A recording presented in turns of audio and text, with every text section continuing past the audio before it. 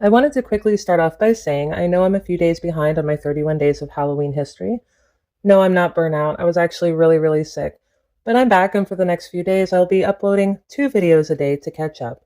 With that being said, let's get started. Today we're going to talk about the most debated Halloween treat, candy corn. The history of candy corn is not even Halloween history.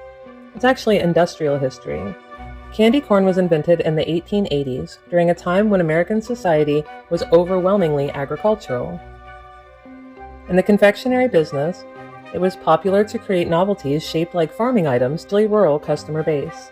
Think candy turnips, chestnuts, and clover leaves.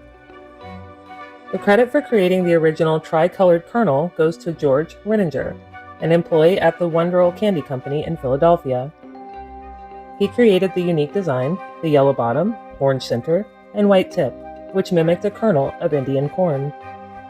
Wonderful Candy Company would be the first to sell this product commercially in 1888. However, the treat's original name was not candy corn. It was sold as chicken feed. The advertising was explicit. The packaging featured a colorful rooster, and the product was marketed with the slogan, "Something worth crowing for." This name makes sense because in the late 19th century, corn was considered a staple for livestock like chickens and pigs, not a common food at the time for human consumption. The company most responsible for the candy's success and longevity is the Goelitz Confectionery Company, which started producing it around 1898. This company, now known as the Jelly Belly Candy Company that we all know, became the king of the candy corn fields and kept the recipe largely unchanged, using sugar, corn syrup, vanilla, and marshmallow. The manufacturing process was incredibly complex for the time.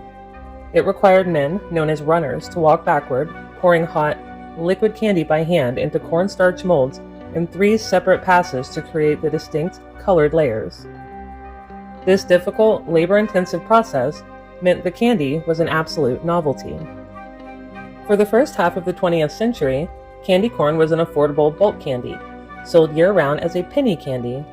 It was only in the 1950s, when parents began looking for individually wrapped, harvest-themed treats to give out to trick-or-treaters, that chicken feed was officially renamed candy corn and became irrevocably linked to the fall and Halloween season. Today, over 35 million pounds of candy corn are sold annually, cementing its status as a timeless, though often debated, autumn icon.